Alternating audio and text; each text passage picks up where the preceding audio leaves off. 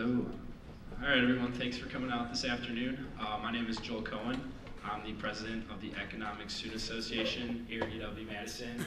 We have a very exciting event for you guys tonight, a politically economic-focused distinguished lecture series, just a few days, maybe a week before the election, so great time to listen to our very distinguished speakers.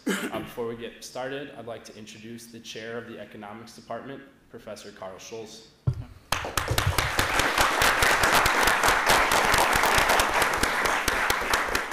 Thank you very much, Joel. I'm Carl Schultz, as he mentioned. I'm the chair of the Economics Department, and welcome to our event, Economic Issues in the November Election.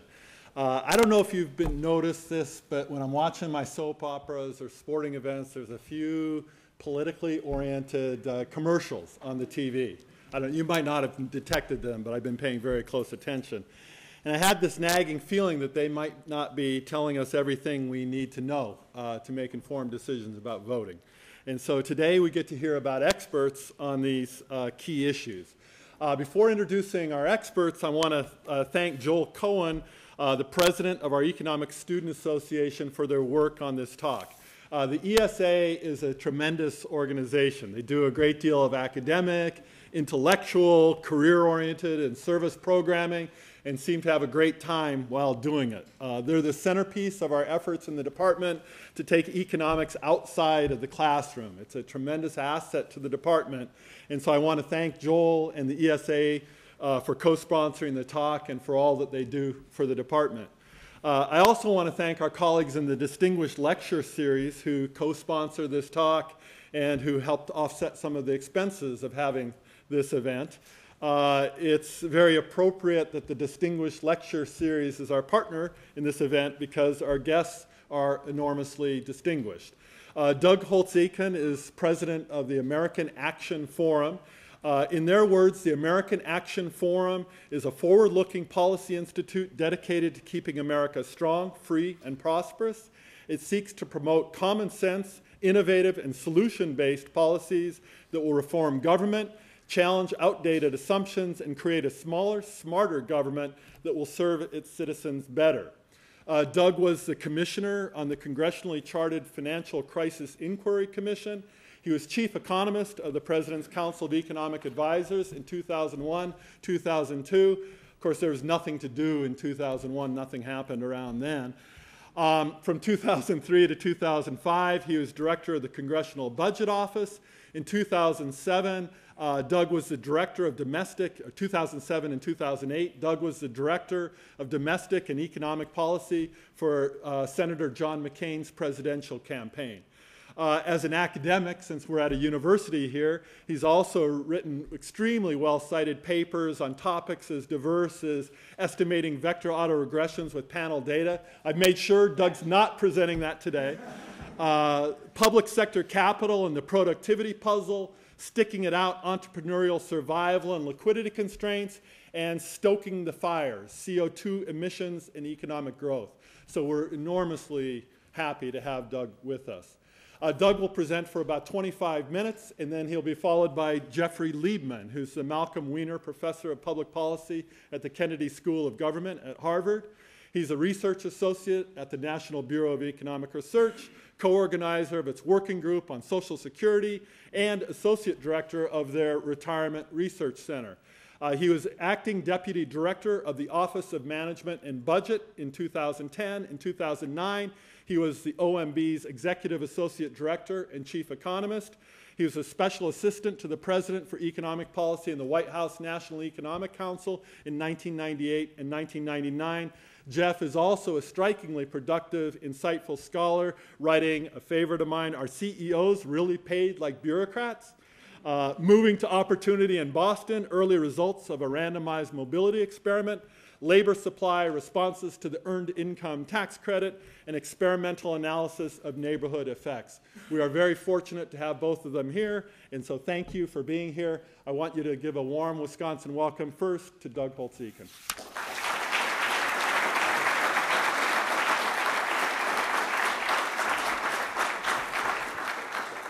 Well, I flunked the first test. Must turn on power. How's that? Much better. I want to thank the Economic Students Association, ESA, I know I got that right, Joel, the department certainly, and I want to thank Carl for resisting his temptation and providing me with a very gracious and generous introduction. It was very, very kind of. And I'm thrilled to be here to talk a little bit about the important issues that do face the United States in this election. And I thought I would just start with the beginning and walk through what I think are the core issues. And it's simple, because the core issue, the one that is most important right now, is better macroeconomic growth. We know the recent record, and it can only be described at best as lackluster.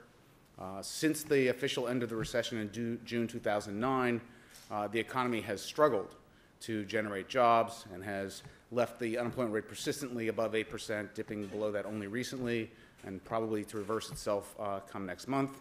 But even more striking, I think, has been the fact that for those Americans who've had a job during this recovery, there's been very little growth in real disposable income and in standards of living in the United States. And so it is a recovery characterized by the absence of new opportunities in jobs, the absence of income growth for those who have jobs, and in the startup of new businesses, which traditionally have been one of the vehicles by which we get new jobs. And so we have a really bad situation in terms of macroeconomic growth, and it's been a source of tremendous social distress and economic distress as well.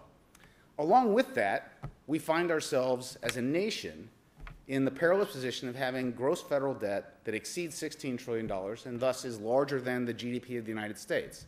Now, if you look at the historical record, and this is work done primarily by Carmen Reinhart and Ken Rogoff, countries that get above 90% debt to GDP ratios pay two penalties.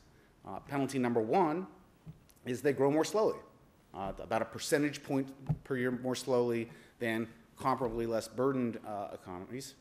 In the current context, that's probably 1 million jobs foregone.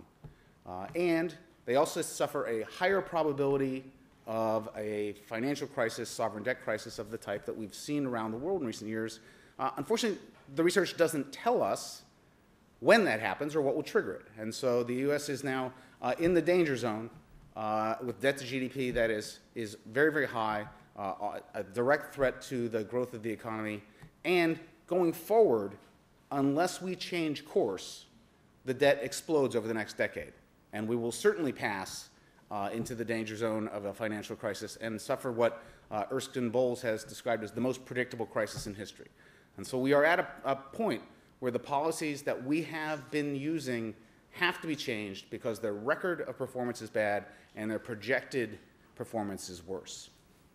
What has been that approach? Well, I think it's been characterized primarily by a policy approach, which is the targeted, temporary, Keynesian macroeconomic fine-tuning approach. And among the disturbing aspects of this approach to policymaking is that we've tried this before. In the 1960s and the 1970s, macroeconomic fine-tuning by both the fiscal and the monetary authorities was the standard way of doing business, and it failed us miserably. It produced, in the end, consistently high unemployment and consistently high inflation, and a change was made in the 80s and 90s in which we focused fiscal policies on the fundamentals of long-run economic growth and let the monetary authority do its business in mediating business cycles to the extent possible. We have somehow unlearned that lesson and are back in a policy regime which will yet again fail us and has already started to do that. It's also, in this case, left us with big deficits. The approach of heavy emphasis on spending has given us trillion-dollar deficits 4 years in a row and added to the debt problem that we've seen. Now, we actually can do better, and that's the troubling thing, because if you look at countries around the globe that have the U.S. problem, that have the big debt, bad growth, dual curse, the playbook that works is on the tax side to keep taxes low and reform them, if at all possible, to be more pro-growth, and on the spending side, cut back spending to control the debt. But not all spending is created equal. You have to preserve core functions of government, national security, basic research, infrastructure, education, and cut government employment, not a big deal in the United States, and transfer programs, which in the U.S. means the large entitlement programs, Medicare, Medicaid, Social Security, and the new Affordable Care Act. So we know what we should be doing. But what are we doing right now? Well, if you look, we have consistent threats of higher taxes and promises to do that, which is at odds with what would be successful. And on the spending side, the president has insisted on an across-the-board cut known as a sequester, as a veto threat against its removal. So we are raising taxes and cutting core functions of government while having no plan to reform the entitlement programs. Other than being 180 degrees wrong, it's fine. So it's time for a change. So what do we need to do? We do need to undertake fundamental tax reform. And we've heard lots of talk about fundamental tax reform in the campaign. On one side, the Republicans, you've seen a commitment to comprehensive reform, in which both the individual and the corporation income tax would be reformed. That is a virtue because we have lots of business income that is taxed through individual income tax rates, and to do a reform that doesn't coordinate the corporate tax and individual tax is bad tax policy. And that tax reform focuses on the kind of tax reform advocated by the President's own Fiscal Commission and by a private sector commission led by former Senator Pete Domenici and former Deputy Director OMB Alice Rivlin, former CBO Director. That reform is known as a territorial income tax reform. Corporation income taxes would be changed from our current system, which taxes corporations on the basis of their earnings all around the world in any year, and instead tax them only on the basis of what they earn in the United States. When they earn money in Brazil, they pay taxes to Brazil. They earn money in Russia, they pay taxes to Russia. Now why do that? Well, every other industrialized country does that. And so there must be some magic secret hidden in the West Wing of the United States that has them opposed to this kind of reform on a regular basis. What it does is make sure that when a German firm and an American firm compete in Brazil, our firm, paying the highest corporation income tax in the world, is at a competitive disadvantage with the German firm that pays only Brazilian taxes. We need to get on the right one. The president's proposed reform, he's talked about it, but his reform would raise the top rates on the individual tax while promising a 28% tax for corporations they aren't going to match, which is bad tax policy. And he's committed to making more aggressive the worldwide taxation of corporate income, moving us back to a tax system that was probably suitable for 1950, but no more. So we need to do tax reform. Tax reforms are on the table. One is clearly better than the other. The president's been missing in action on entitlement reform. And we know that there have been proposals for reform on Social Security, on Medicare, and on Medicaid that have come out of Republican circles. One may or may not like those proposals. I believe they have the distinct virtue, number one, of capping the taxpayers' exposures to those programs, and as a result, sending the message to providers and beneficiaries in Medicare and Medicaid alike that they need to do something efficient with those dollars. And the second thing they will do is make sure those programs, the vital social safety net programs, will last to the next generation. Right now, the gap between premiums and payroll taxes coming in Medicare and spending going out is $300 billion a year. We have 10,000 new beneficiaries every day. That program will fall under its own financial weight. It is already responsible for a quarter of all federal debt outstanding. It'll soon be up to a third, and it will not survive to the next generation of seniors. Someone must put that program on a sustainable track for the benefit of the beneficiaries, for the federal budget, and ultimately for the economy as a whole. And the president has yet to come up with any meaningful proposals in that crucial area or other entitlements. We need to change that.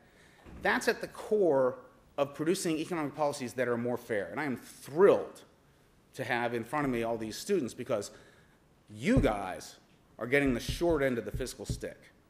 It is fundamentally unfair to leave behind the legacy of debt that this country has run up. It is a fundamental unfairness to the generations even behind you who will be paying off this debt and really should have had a say in it. And it's even worse because in some cases, the very programs that are going to make that debt worse hit you again, and that's the new health care reform. What does the health care reform do? It says you have to buy health insurance because you're cheap and we're going to put you in the pool so that you can pay the bills of people who are older and sicker than you. And what will we do in a way to say thank you? Well, we're going to create a program that currently is scheduled to grow at something like 6 to 8% a year as far as the eye can see. The economy is not going to grow 6 to 8% as far as the eye can see. Federal revenues aren't going to grow 6 to 8% as far as the eye can see.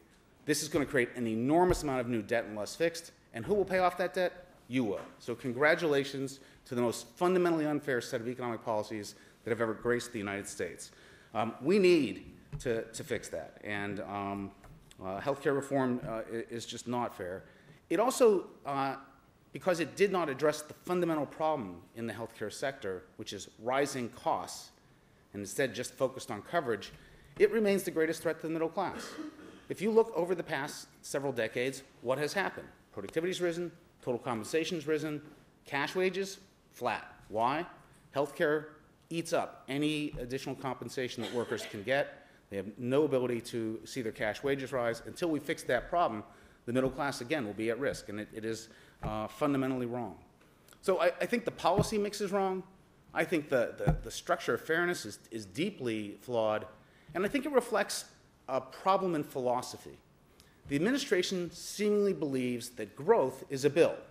You pass a bill, and then you grow. Growth isn't a bill, it's a philosophy. It says that in the policy process, where there are many voices and many legitimate considerations, whether they are issues of social justice, issues of environmental policy, issues of any type of that arise, when you evaluate the trade-offs, you err on the side of growth.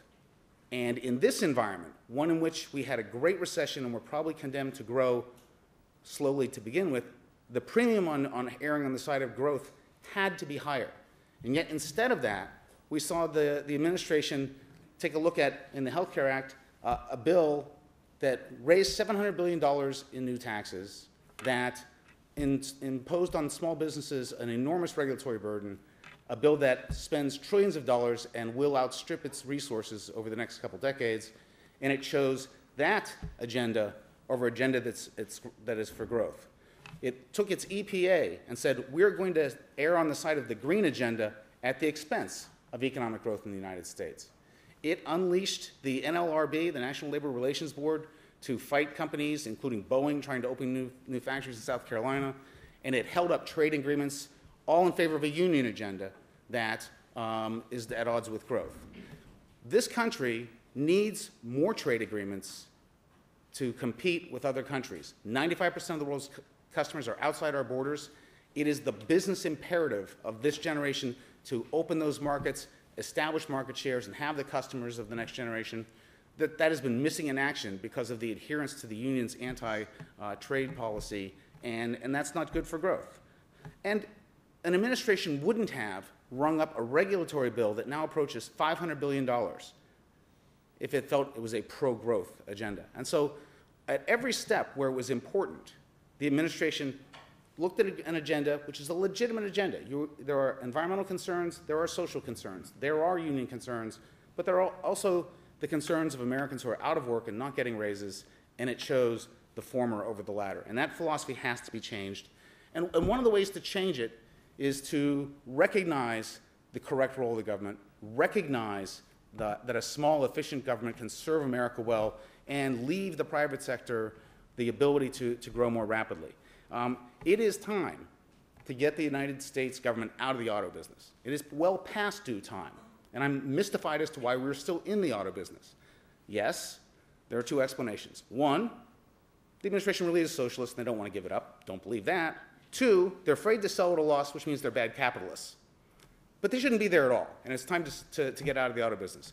We should be out of the home mortgage business as well. Why do we still have on the books of the federal government Fannie Mae and Freddie Mac, who are eating up taxpayer dollars at an extraordinary rate? Why did the government take over the student loan lending business and use it to finance the health care reform when that business now has all of the worst characteristics of the subprime lending crisis? It is a business where student loans are originated by folks who have no stake in the outcome of that loan. They are serviced by people who have no knowledge of the customer and no unique ability to make them repay. And in the end, they are backed by the taxpayer of the United States, and they will be the next big crisis in the United States because the student loan portfolio is beginning to sour now and will get worse over the years to come. And we shouldn't create unaccountable new bureaucracies like a Consumer Financial Protection Board, which is not subject to appropriations by your elected officials, but is instead financed through the back door by the Federal Reserve. We shouldn't create an independent payment advisory board, which does not have to listen to Congress, and which Congress can override only in tiny circumstances. That's not a small, efficient government. That's something that is at odds with our system of representative democracy, of appropriated funds for an executive branch, and of oversight by the Congress. And in the end, I think we need to recognize that to get this right, we need a different style of leadership. There was a time when the names were Ronald Reagan and the names were Bill Clinton, when presidents of the United States said, this is what I want for America, this is what I need, and they drafted legislation and they sent it to the Hill. And in doing so, they did something wonderful for Congress. If you were in Congress and the president sent that, and it wasn't your favorite thing, you could say to your constituents, you know, I'm not a big fan of this, but the president of the United States asked us to do this. And by the way, I didn't love the bill, I fixed it, I tweaked it, I get a little credit for that. And often they recruited sponsors for that bill. They went across the aisle. Ronald Reagan had a Republican and a Democrat co-sponsor on every major piece of legislation. We haven't seen that kind of leadership. That's the kind of leadership that can get big reforms through on a bipartisan basis, because only the White House can say to the opposite side, I know that's important to you, I will not sign unless it's in. Only the White House can say to their side, yeah, I know you hate this bad vote, I'll campaign for you, we'll sponsor your legislation, we'll make you whole on this, don't worry. Only the White House can provide that kind of leadership. We haven't had it, and as a result, we haven't had an effective functioning Washington, D.C. that can take policy ideas that are of the right foundation, consistent with the right philosophy, and turn them into actual legislation. And it cannot be the case that we continue to suffer this, because mixed government, divided government, is more the norm than the exception in the United States. And we need a president next time who is going to recognize the responsibility of leading in those circumstances and deliver a very different set of economic policies to correct the record of the past 4 years and to improve the prospects for the next decade. Thank you.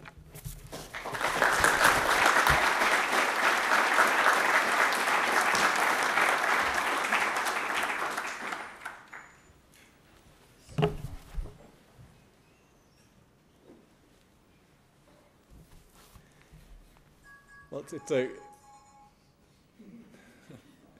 it's a great honor to be here with you today. It's a particular honor to be up on the stage here with Doug, who is both a terrific scholar and has been a terrific public servant. After watching over the last few weeks the failure of the replacement referees to keep the NFL players under control, and then the failure of the debate moderators to keep the presidential candidates under control, I'm very happy that we have Carl here to moderate someone with the experience and the vigor and the good humor to keep Doug and me under control.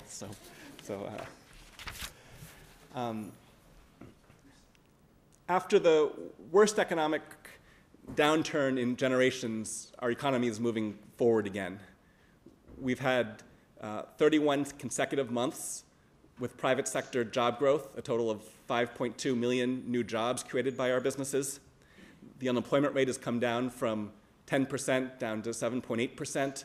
The 1.2% drop in the last year is the fastest drop in the unemployment rate in 15 years. Manufacturing employment has increased by 450,000 jobs after declining in every single year of the Bush administration. Foreclosures are at their lowest level since 2007. Housing prices are rising again. And consumer confidence is at its highest level since September 2007.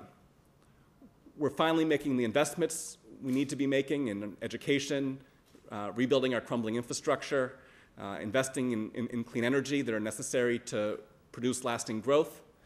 And after a decade in which the Bush administration turned budget surpluses into record deficits, we're finally bringing the deficit down again.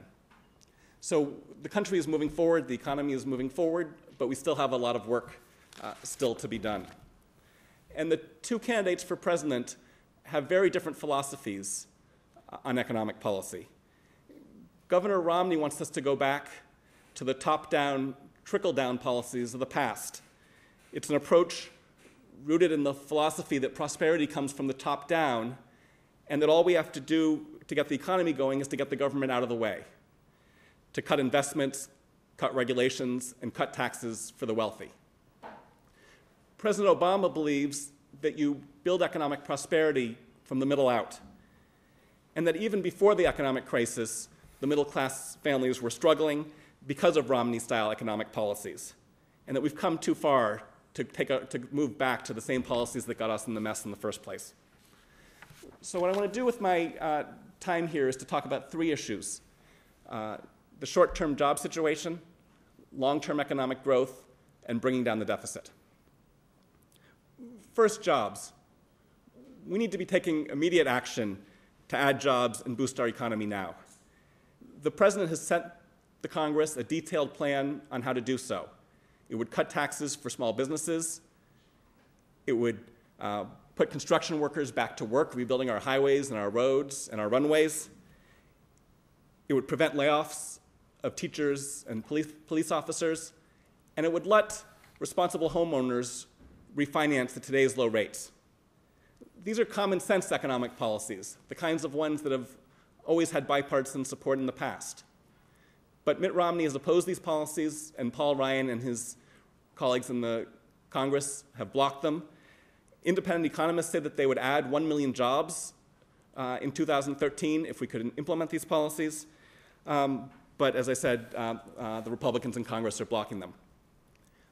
Mitt Romney and Paul Ryan don't have any plan to create jobs now. But what they do have is a budget plan that would cripple the economy in 2013. Under Romney's own numbers, the budget cuts in Ryan's budget, which Romney says he enthusiastically supports, would suck 1% of GDP out of the economy, and independent economists say it would cost 2 million jobs. So if you're keeping score, the Obama plan adds 1 million jobs in 2013. The Romney-Ryan plan subtracts 2 million jobs in 2013. And if you want to see what's in store for the US, if the excessive austerity policies of Romney and Ryan get passed, go take a look at Europe, which has been trying these policies for the last couple of years and has gone back into a recession. Let me turn now to long-term economic growth. My understanding is we have a fair number of economic students in the audience here today, and I'm sure that you've learned from Carl and his colleagues that a nation's productive capacity depends on several things. It depends on growing the capital stock, both private and public. It depends on the strength of our workforce, what we economists like to call human capital. It depends on having well-functioning rules of the road so that the economy can benefit from vigorous competition.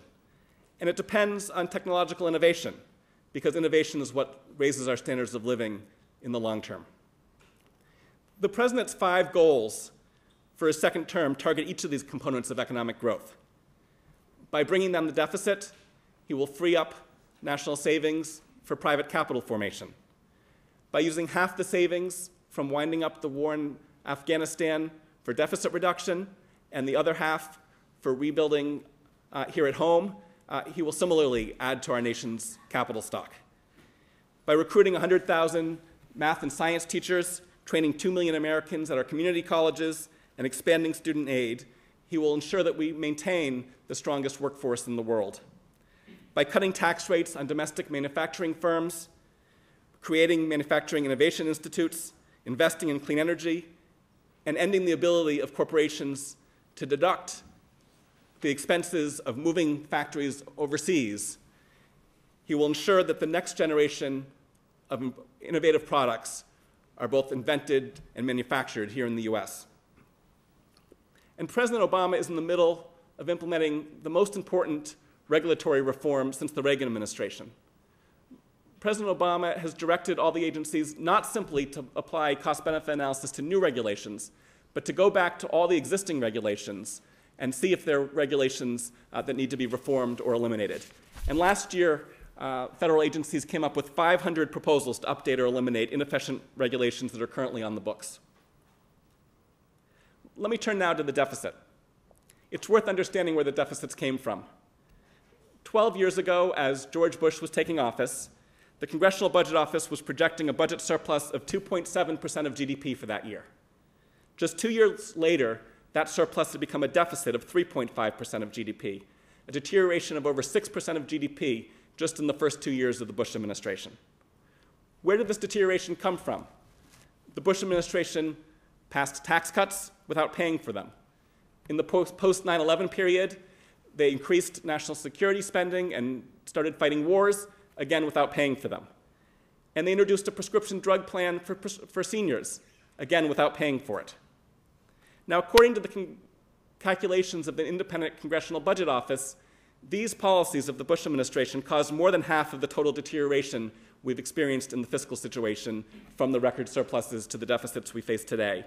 The retirement of the baby boomers and the effects of the financial crisis account for almost all of the rest. The reason it's worth reviewing this history is that Governor Romney is doubling down on the Bush budget strategy: cut taxes for the wealthy, increase military spending, and figure out how to pay for it later. We've seen this movie before. We know how it ends. It produces massive deficits. Now, I want to say a few words about the $5 trillion in tax cuts that Governor Romney has proposed, because that number has been receiving some attention recently. The $5 trillion is the gross cost of the Romney tax plan. It's the cost of cutting marginal tax rates by 20%, eliminating the estate tax, eliminating the alternative minimum tax, and cutting corporate tax rates. So $5 trillion is the gross cost of those tax cuts, assuming nothing else changes. Now, there are two things that the Romney campaign says will change to help pay for this $5 trillion in tax cuts. First, they say that they're going to get rid of lots and lots of tax credits, tax deductions, and tax exclusions. But the simple fact is that if you eliminate all, 100% of the eligible tax credits, tax exclusions, and tax deductions that go to high-income people, even if you eliminate all of them, which isn't a plausible thing, because that would involve getting rid of all the charitable deductions, all of the home mortgage deductions, things that Romney doesn't appear to be for. Even if you eliminate all of them, and even if you do it all as someone goes from $100,000 of income to $101,000 of income and create the biggest cliff you've ever seen in our tax code, even if you do all of that, it doesn't pay for his tax cuts going to the wealthy. And that means that either his plan isn't going to be revenue neutral, it's going to blow up the deficit, or if he keeps it revenue neutral, it's going to cause a tax increase on the middle class. Now, the Romney campaign has been flailing around trying to prove that 2 minus 1 equals 0. They had Marty Feldstein and Harvey Rosen, two very distinguished Republican economists, write op-eds trying to show that it was mathematically possible to make his tax cut pay for itself. But unfortunately, what happened when these economists studied the situation is they found out, they confirmed basically what other experts had said, that when they tried to write down a plan, that it ended up increasing taxes on the middle class, or it ended up increasing the deficit. So after that happened, Romney switched tact, and he said, well, he wasn't going to go after any specific tax expenditures, but he was going to cap the total tax expenditures that someone could take. Earlier he said $17,000. In the most recent debate, he changed that number to $25,000. But the problem is that if you do that, first you raise taxes on the middle class, because there are middle class households who have exclusions above that level. And second of all, you only pay for about a third of the cost of his tax plan. So where we stand today is that no one affiliated with the Romney campaign, or anyone else for that matter, has been able to write down any kind of reasonable tax plan that meets Romney's objectives of cutting the taxes the way he said he would, not raising the deficit, and not raising taxes on the middle class. So because 2 minus 1 doesn't equal 0, the Romney campaign has been trying something different, and they've recently been saying, well, we'll unleash such astronomical economic growth that our plan will somehow pay for itself. Well, there's not really any justification in economic theory or in the empirical evidence to think that that's true either. First of all, any of you who've taken intermediate microeconomics know that if you have a consumer's budget constraint and you cut taxes, but then you raise taxes on all the things that the person is buying with that money, you actually haven't changed the budget constraint and the incentives. And that's really what's happening when you cut tax rates but then raise the price on things like charitable contributions in people's homes that people are buying. But even beyond that, if you look at the economic history of other times when we've done tax reforms, you don't see the kind of economic growth that would come anywhere near paying for Romney's tax cuts. But there's an even more fundamental issue here beyond simply that Romney's tax cuts don't add up and that he's not leveling with the American people. What the Bowles-Simpson plan showed is that if you actually want to bring down the deficit, you have to do it in a balanced way. It's going to take some additional revenue and some spending cuts. The president's plan takes this balanced approach. 70% of its deficit reduction comes from spending cuts, 30% comes from having the wealthy pay higher taxes. And the president worked with Congress last year to lock in $1.5 trillion of those spending cuts already. In fact, the spending cuts to discretionary spending that were passed through Congress last year are deeper than those that were called for under the Bowles-Simpson plan. The president's plan matches the Bowles-Simpson plan in 10-year cuts to other entitlement programs. And the president's plan, as I said, winds down the wars in Afghanistan and Iraq and uses that both to reduce the deficit and the other half to invest in infrastructure here at home. By taking this balanced approach, the president is both able to credibly bring down the deficit, but also to continue to make the critical investments in education and infrastructure, clean energy, innovation, R&D that are going to be essential for long-term growth going forward. Governor Romney has rejected the balanced approach taken by Bowles-Simpson and by the president. He stood up there on stage with the other Republican primary candidates, and he said he wouldn't accept a budget deal that had $10 in spending cuts for every dollar in new revenue. And with no new revenue and a big increase in defense spending that he's proposed, and the repeal of the Medicare savings that President Obama has achieved, the only way for Governor Romney to make his budget numbers add up is to decimate domestic discretionary spending, the category of spending that includes veterans' health care, education, health research, and many other critical government functions. Of course, Romney hasn't actually specified what he would actually cut. And whenever anyone says any one specific category, whether it's health care for the veterans or education, he says, oh no, I wouldn't cut that, which just means we'll have to have bigger cuts than everything else that's left over. So when you look at all the things that power our economy, investments in R&D, education, infrastructure, private capital formation, Governor Romney wants to sacrifice all of them so that he can give huge tax cuts to those high-income people who don't need them, and so that he can increase defense spending and provide weapons that our military hasn't asked for. And as I said, we've run this experiment in the past, and it's failed in the past. After the Bush tax cuts in 2001, job growth was 1/3 as fast coming out of that recession as it has been coming out of the current recession. How am I doing on time? Got 5 minutes? Okay. I want to conclude my opening remarks by going into some more detail about education policy, because there's nothing that's more important to the long-term economic growth of our economy. The president has made historic progress in education policy. His Race to the Top initiative said to all 50 states, we have a $4 billion fund, and we're going to allocate this in a competition to states, to whatever states come up with the most innovative plans to improve their schools. And these plans have to have very credible metrics to see how students are doing. They have to have very high standards for performance. They have to have systems to evaluate teachers, to get rid of the underperforming teachers, to have people learn from the very successful teachers. They have to have a system to turn around failing schools.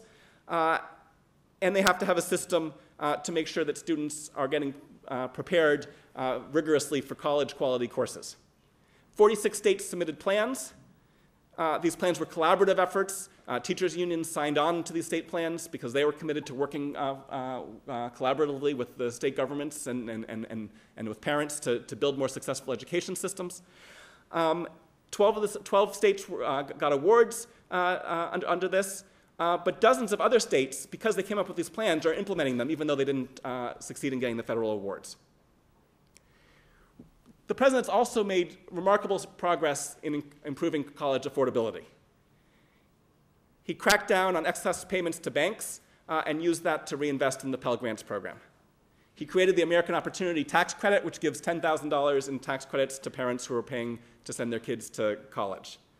And he successfully fought to preserve today's low interest rates on student loans.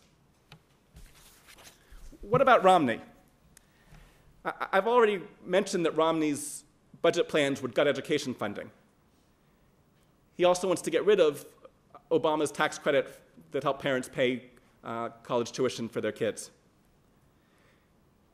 But I'm from Massachusetts, and I've seen Romney's policies up close, and so I want to tell you about a policy you may not know about, which is something called the Adams Scholarship. In fact, Romney mentioned the Adams Scholarship in his first answer in the second debate. So when Romney was governor, he created this thing called the Adams Scholarship, and here's how it worked. It said to high school students, if you finish in the top quarter of your class in Massachusetts, we will give you free tuition to state colleges. So students got a letter saying you're going to get free tuition to state colleges. And they thought that meant that they were getting college for free.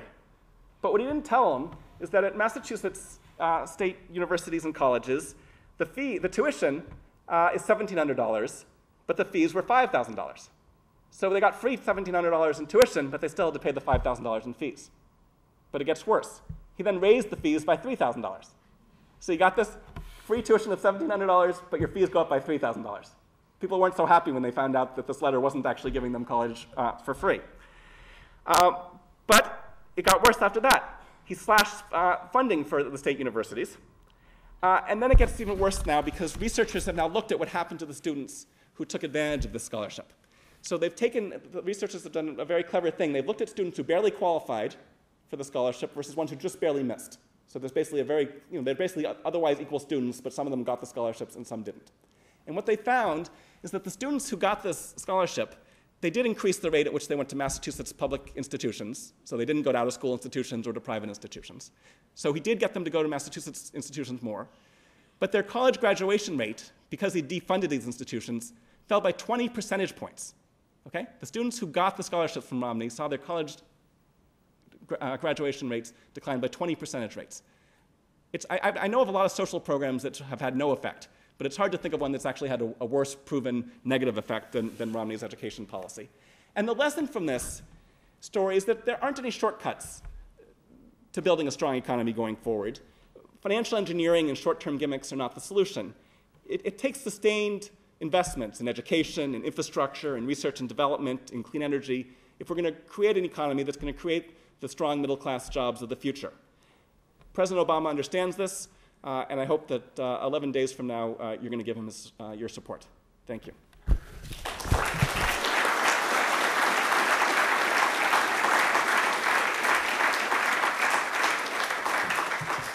Thank you very much, Jeff and Doug. Now, the format for the rest of the afternoon is Doug will take 10 minutes to join the conversation, if you will.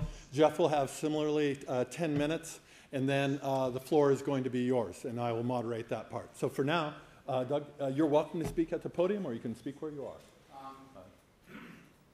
Get prepared to sit here and answer questions. So let me break the rules in two ways first. I mean, why not? First, let me agree with Jeff, in particular on the issue of education, where the recognized needs span party lines, where the strategies undertaken by the president are the closest, I think, policy agreement with conservatives and Republicans that we have, and where hopefully we will continue, because this is among the most important economic policy issues. It is, in my opinion, a moral imperative, as we're leaving too many Americans, often our poorest, trapped in center city school systems that do not graduate them at adequate rates, and for those who graduate are not prepared for college work. And this is a national disgrace that needs to be improved. And I guess I'm a little disappointed that the president didn't use the opportunity of having some agreement to actually push through legislation which would have reauthorized the No Child Left Behind education law and cemented this strategy. Instead did most of it by executive order, but there's an opportunity there that I hope the next president, whoever he may be, pursues. Second is, this is supposed to be about economics, but let me just talk a little bit about politics because I cannot resist. I want to just note that Jeff's presentation was spot on for what the Obama campaign has attempted to do.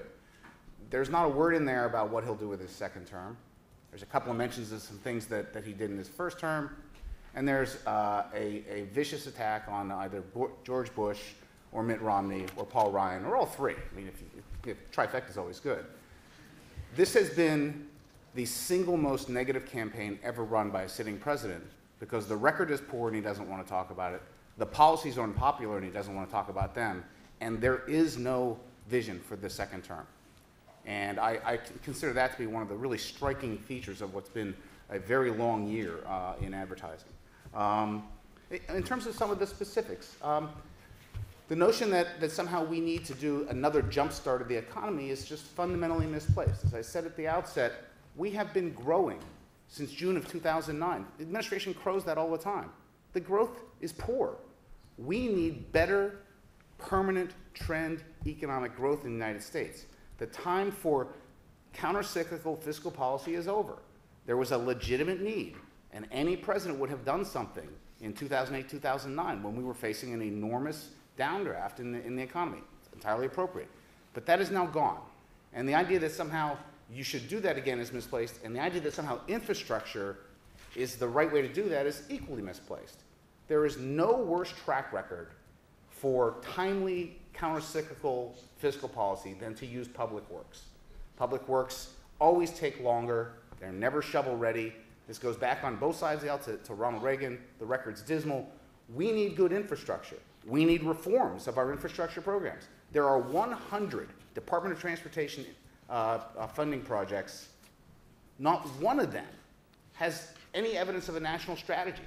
What are we trying to accomplish with our transportation dollars? That would be a good place to go. Reform of those programs so that we actually had national economic growth, national connectivity, and something that got freight from ports to rails to trucks in an efficient fashion. Wasting the money in these stimulus efforts, I think, is highly misguided. Second thing, there is no plan to control the deficit. He's given a speech, but as the Congressional Budget Office famously said, we don't score speeches. His budgets don't reveal any effort to control the deficit.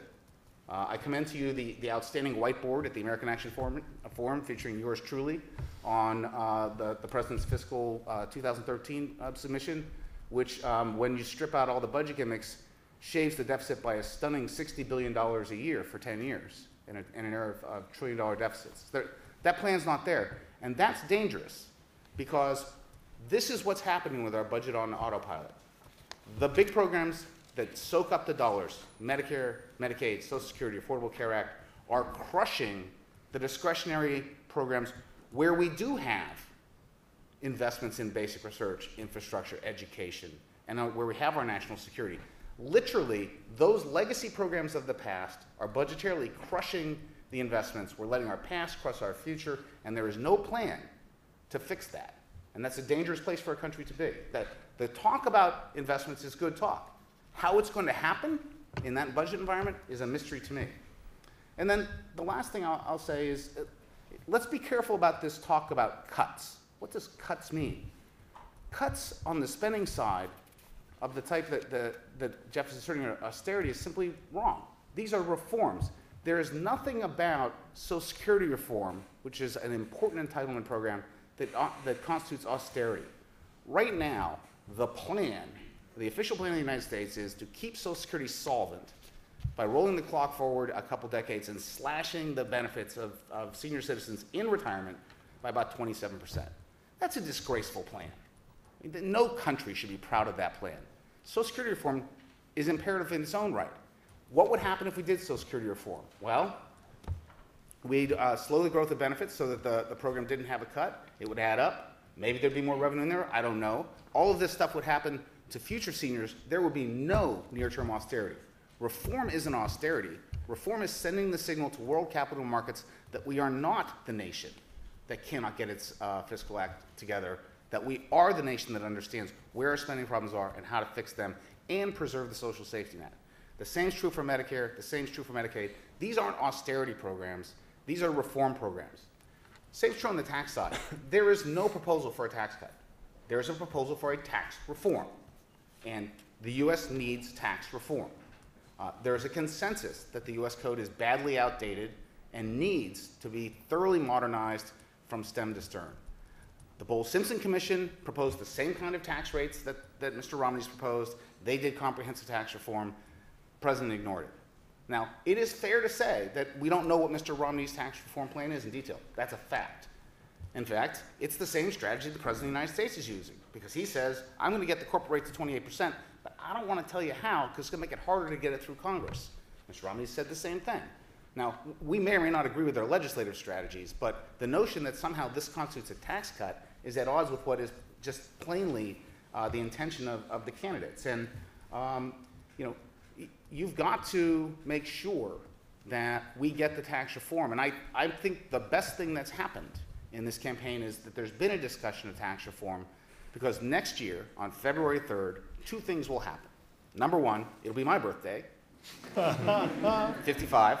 And number two, it'll be the 100th birthday of the 16th Amendment to the United States, which allowed the income tax. In those 100 years, we have had less than one handful of comprehensive reforms, which means that as a going-in proposition, tax reform is hard.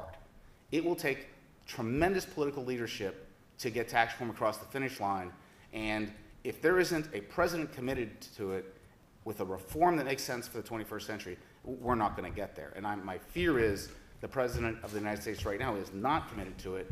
His reforms have not been spelled out and don't add up on the individual and corporate side, and I think that's going to be a really big drag on the capacity for us to grow in the future. So let me just stop there and turn it over to Jeff. Thank you, Doug. I know at this point in the campaign, listening is probably not the thing you wanted to do, but I don't think you were listening because I laid out the president's agenda for the next term. He's been very clear that he has 5 priorities: to make the investments to boost American manufacturing, to invest in energy independence and cut our oil dependence on foreign oil in half, to make sure we continue to make the progress on education that I described, to bring down the deficit, and to end the war in Afghanistan and to use that money to reinvest. So the president has been absolutely clear about what his second term agenda is. Secondly, Doug said that the president's budget cuts aren't real. They've been scored by the nonpartisan Congressional Budget Office that Doug used to head. The president is the only candidate in this race who has a complete, fully scored budget that independent people can look at. And that budget really does bring down the deficit. The things that Doug in his whiteboard presentation say we shouldn't count. So Bowles Simpson said we had set a target for $4 trillion in deficit reduction. So the president already got through Congress $1.5 trillion. So Doug's saying it's not fair to take credit for the 1.5 the president already accomplished. Seems like we've made some significant progress because he's actually gotten it through Congress. Then Doug said in his whiteboard presentation, will say, well, you shouldn't count winding down the war in Afghanistan because that's going to happen anyway. Well, the truth is that until 2 days ago, Mitt Romney had said, one, it was a mistake to bring our troops home from Iraq, and he said that it was a mistake to have a timetable for ending the war in Afghanistan. And he said that we should boost defense spending to 4% of GDP, even though that's not what our military has asked for. So the fact that the president is proposing a lower level of spending on these overseas operations, it seems to me something he should be able to take credit for in deficit reduction. Third thing Doug said is that the president hasn't shown leadership in working with Congress. It's an interesting thing to say to a president who accomplished healthcare reform, which presidents back to Truman have been trying to accomplish, to a president who passed the most significant rules of the road for Wall Street in 70 years, who got through the Recovery Act 28 days into office, even though Republicans tried to obstruct him completely in that. But more broadly, the president is a person who says what he means and who keeps his promises. He said he was going to cut taxes for the middle class, and he did. He said he would make college more affordable, and he did. He said he would clean up the financial sector and pass financial sector reforms, and he did. He said he would pass healthcare reforms so that when people get sick, they don't go broke in this country, and he did. He said he would end the war in Iraq, and he did. And he said he would go after Al-Qaeda and bin Laden, and he did. And so, I think the idea that the president hasn't shown leadership does not reflect the record of the last 4 years. Let me go into a little more detail on a couple substantive issues. Let's go into international taxation, which is a topic that I bet we're the only 2 people in this room who actually want to talk about, but I'm going to do it anyway. So we have a messed up international system of international taxation because U.S. companies, if they move their operations overseas to tax havens, if they do that, they don't get taxed on the profits they earn until they bring those profits home, and so they don't bring those profits home, and they keep reinvesting abroad, and that creates an imbalance where investments that should be happening here at home are happening overseas. The president has said that we should end that loophole that allows companies to move jobs overseas and then not pay US taxes. And he said that if a company goes to a US tax haven, they should have to pay taxes on their profits immediately. Okay? So he wants to close the loophole that causes firms to move overseas. In contrast, what Mitt Romney has said is that if a firm moves its operations overseas, they should never have to pay any US taxes. In other words, he wants to take the existing loophole and blow it wide open and say that there'll be no taxation if US firms move their operations overseas. And like so many other things in the Romney platform, they talk about this in the rhetoric of growth and other things, but this is just simply another way for corporations and people at the very top to appropriate a higher share of income and to not have to pay taxes and play by the same kind of rules as everyone else. I'm going to talk about healthcare reform. You know, Doug said that the president hasn't done anything on entitlements, but the truth is from day one, in the midst of fighting the worst economic crisis since the Great Depression, he also started tackling the most serious problem facing us budget-wise, which is rising healthcare costs. And what he did in the Affordable Care Act is build the infrastructure to reduce spending on healthcare and to make our healthcare system more efficient. What's wrong right now in our healthcare system is it pays based on the volume of procedures done, not on the quality of the care given, not on how healthy people are. And so doctors and hospitals have the incentive to provide more and more and more care rather than to have systematic and good care. And let me give you an example of how this doesn't work today. Suppose you're a hospital and you figure out that if you assign a nurse to patients who are being discharged,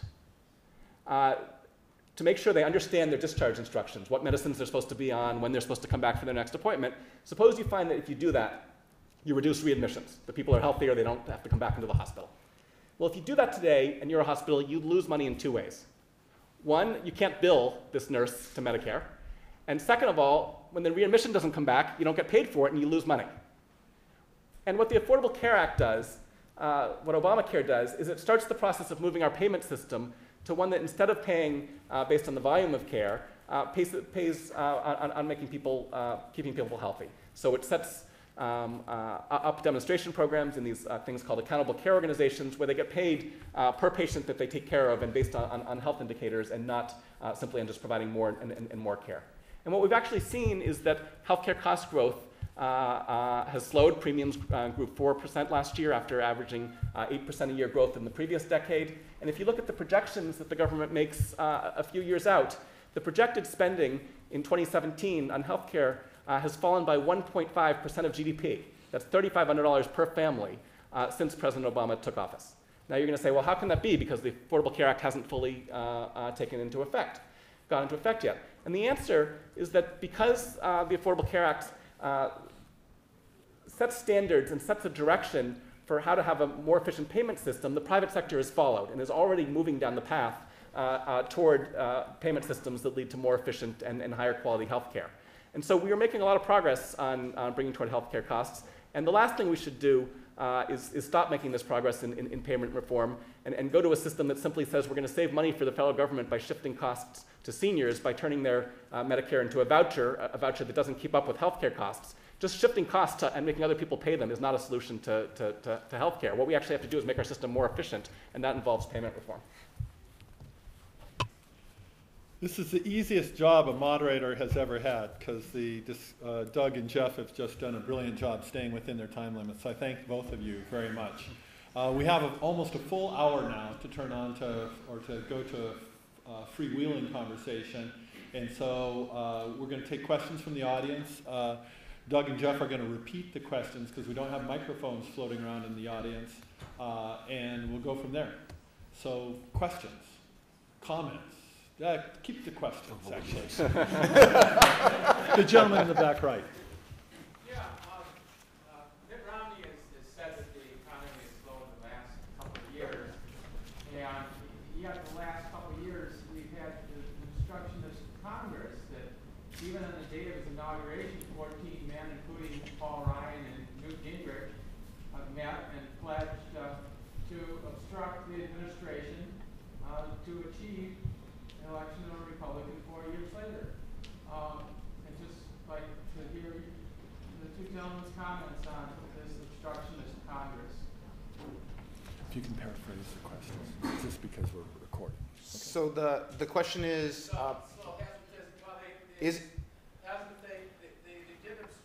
Paul Ryan King was in February 14, 2002, was willing to propose a $700 million recovery plan, but they obstructed the president's recovery plan last year for this year because you have instructions. Congress has absolutely refused to give the president anything, at least the Republicans have.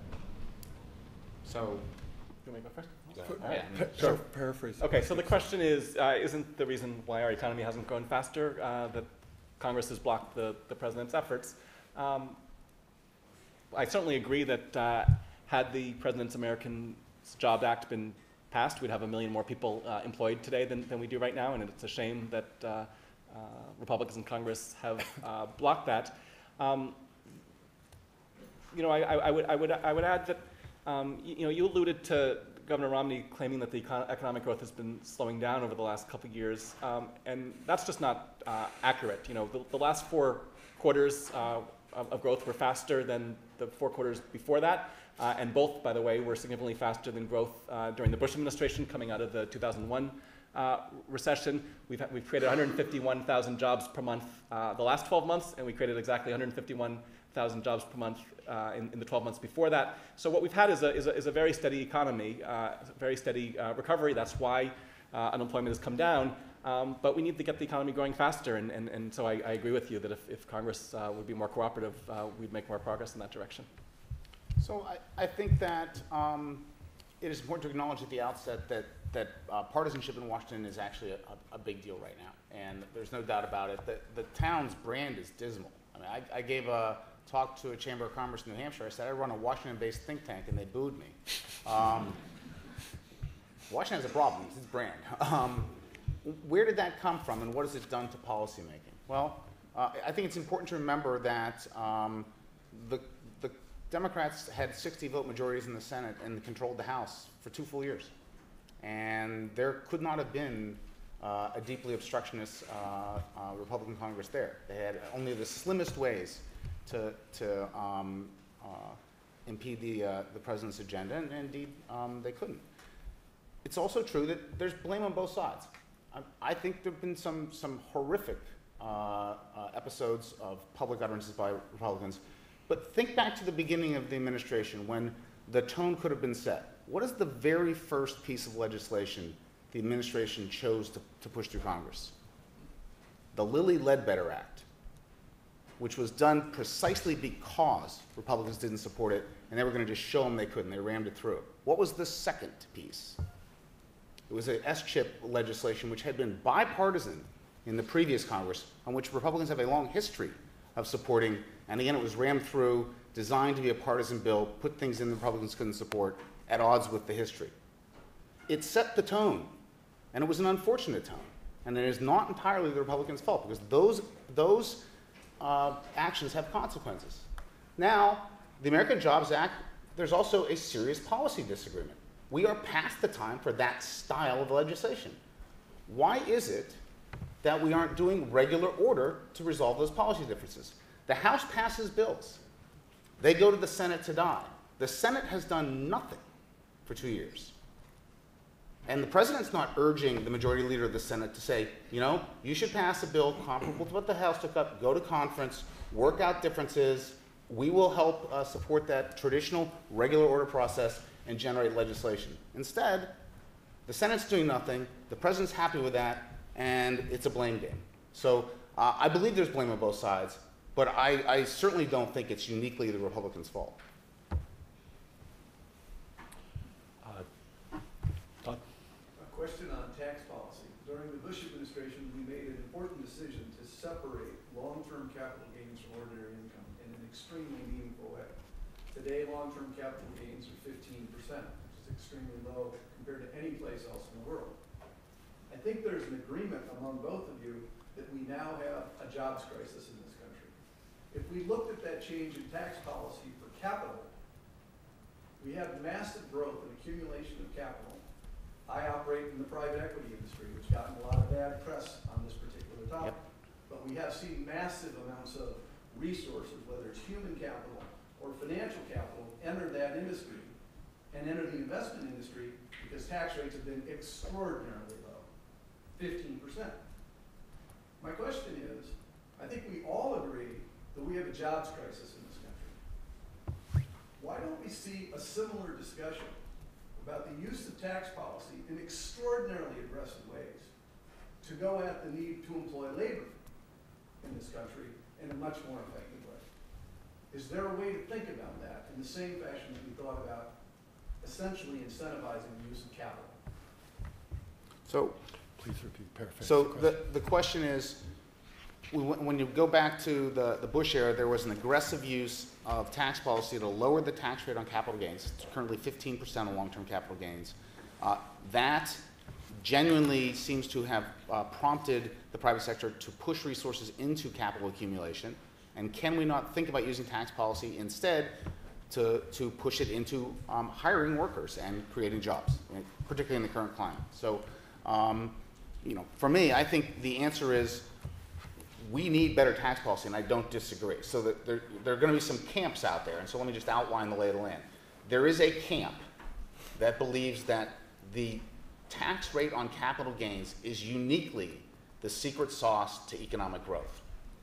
I'm not in that camp, but that camp will be out there, and they will be vigorous in their defense of the 15% rate. I promise you. They donate a lot of money as well. These are my people. I know them. What I think we need to do is stop thinking about that tax rate on capital gains and instead step back and look at the system, right? One of the justifications of a lower tax rate on capital gains is capital gets taxed to the corporate level. The double tax when you tax it at the individual level is actually at odds with good tax policy. We should be taxing all income once at the appropriate rate for an individual. And this was a sort of partial step toward getting that right. I favor that, but I'd rather just get it right. Let's figure out the tax reform we want. You could have, in my view, a very sensible tax reform that taxed capital gains at ordinary income rates and which allowed full expensing of investments.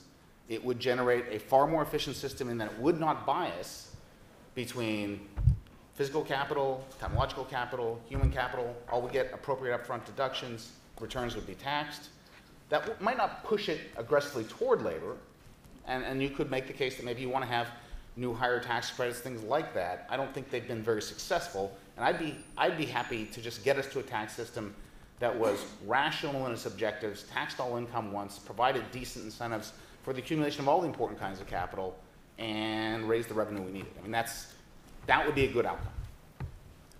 So making our tax system more efficient is an important economic policy, and it's important for economic growth, but it's not the solution to our immediate jobs problem.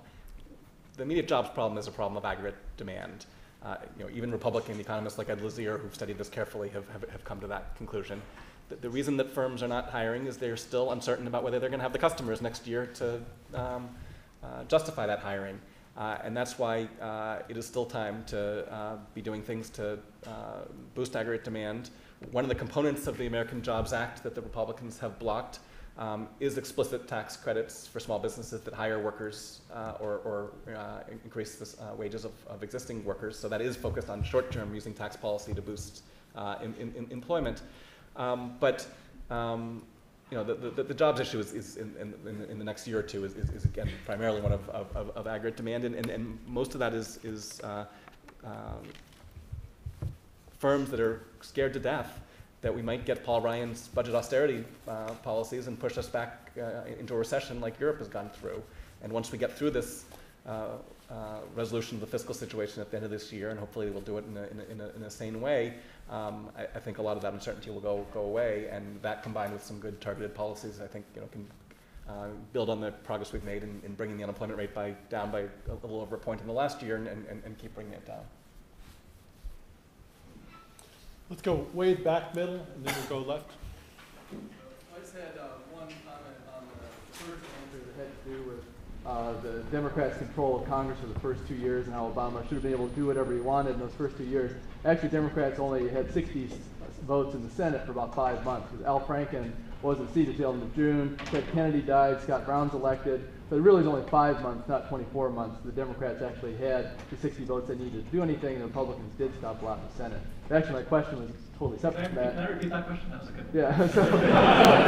So anyway, so my question, I'm actually the third person in the room interested in the international taxation as well. You mentioned you were the only two. There's a third one here. So I would like to have you talk a little bit about how the territorial taxation system that you talked about would affect the outsourcing of jobs. Because from my understanding of President Obama's position on this is that the most important thing we need to do with international taxation is to try to keep jobs here. It seems to me a real danger of the territorial taxation system that Mitt Romney is proposing, and it sounds like that you endorse, would be a real potential danger of outsourcing jobs, even at a greater rate than we have had lately. Yeah, so the question is, would Romney's territorial system lead to outsourcing of jobs? And certainly my reading of the academic research is that is the case. Kim Clausing at Reed University has a paper from about 5 years ago where she takes the European economies basically that transition to territorial style systems and estimates the effect of that on jobs basically moving to tax havens. And using those parameters, she thinks that, I guess I was unfair before when I said that Romney didn't have a job creation plan. He does have a job creation plan, it's just that those jobs are overseas. And she estimates that his territorial plan would move 800,000 jobs into tax havens, 86,000 jobs, I think, into China alone. So I do think that's a real risk. And it's not just that the jobs move overseas, it's that when you create these ability for firms to go to avoid US taxation in this way, they shift their domestic profits and bank them abroad.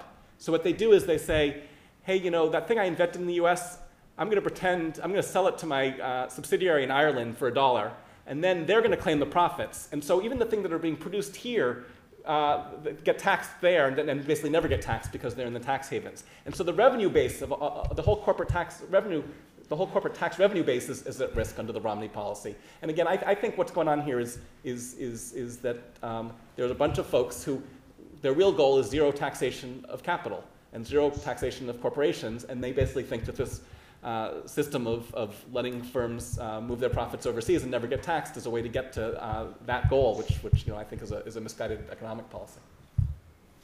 So let's walk through some of the facts on the ground.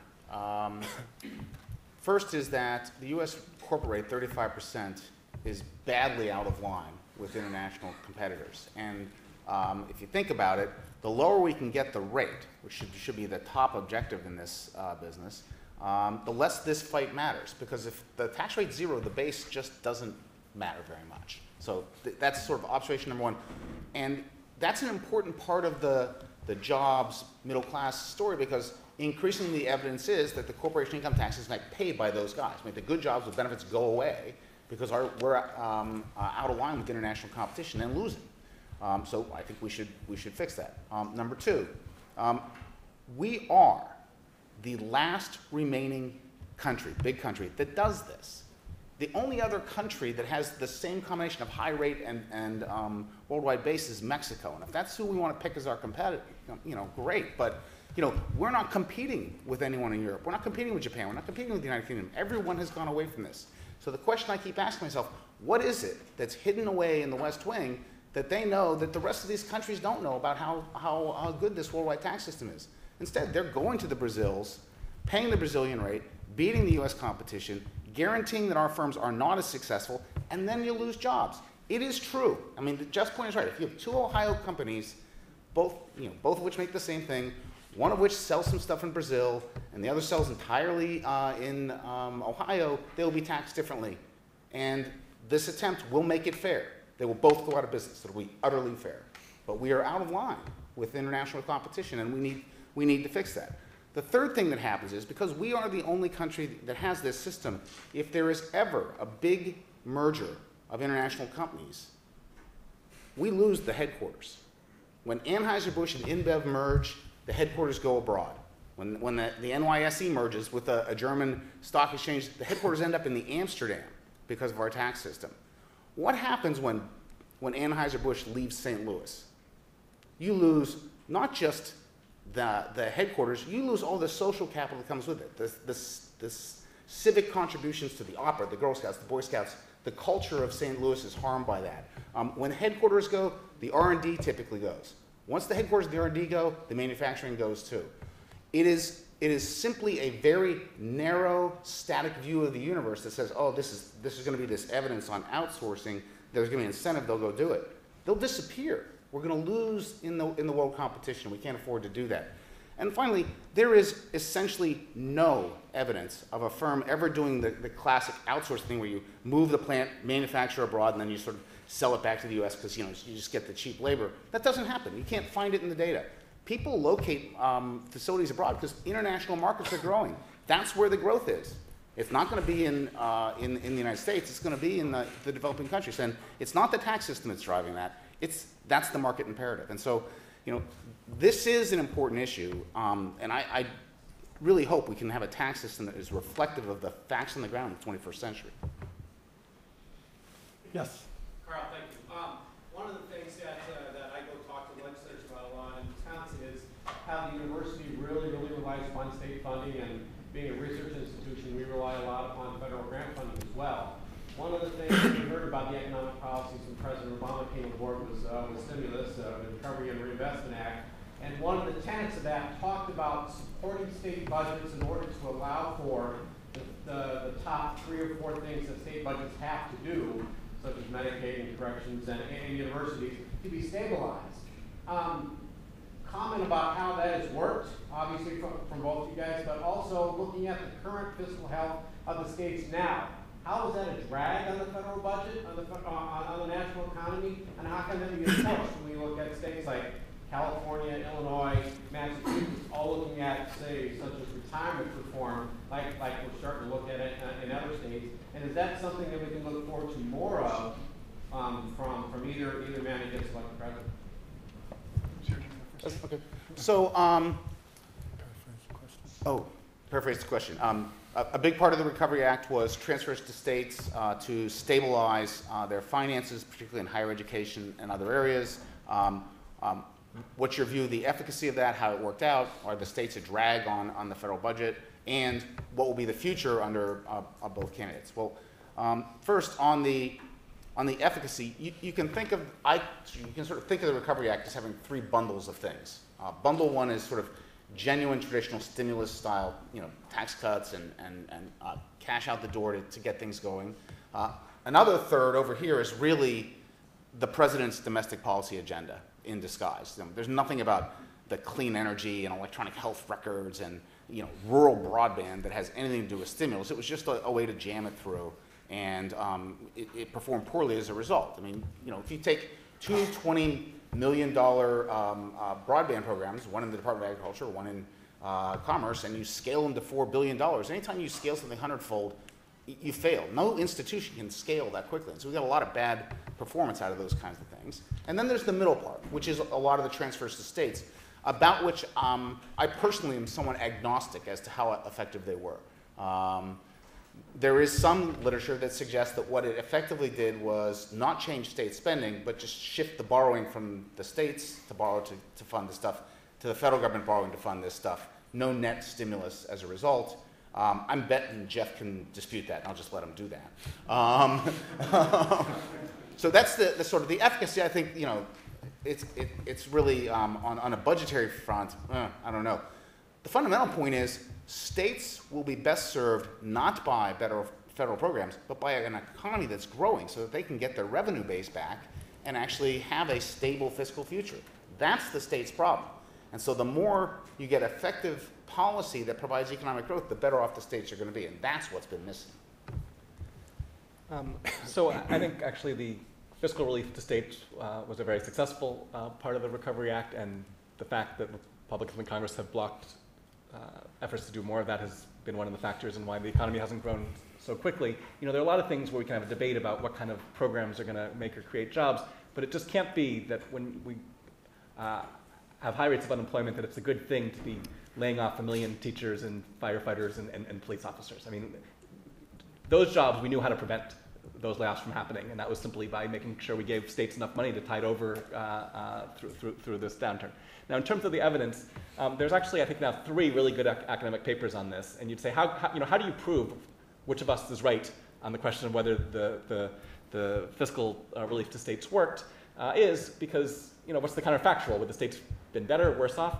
Well, it turns out that some of the funding, in fact, a lot of the funding, was doled out through existing state grant formulas that existed for historical reasons. And so which states got more money didn't depend exactly on what their unemployment rate was at this time. So it was sort of almost random which states got more money than others.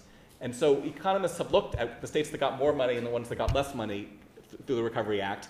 And it looks like the states that got more money had more job creation, and that the price per job was almost exactly the 95,000 that the administration predicted when it passed the Recovery Act. So it looks like the ex post evidence suggests it worked exactly like it was supposed to.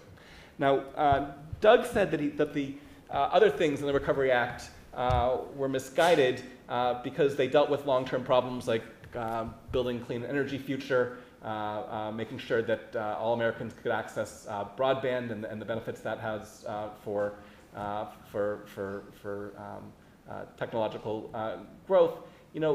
Keynes wrote that in a recession, all you should do is pay someone to dig a ditch and then fill it back up again. That would create aggregate demand. That wasn't our view in the Obama administration. Our view was if we got to spend money to get the economy going, we should spend it on investments that are going to be really important for the economy in the long run too.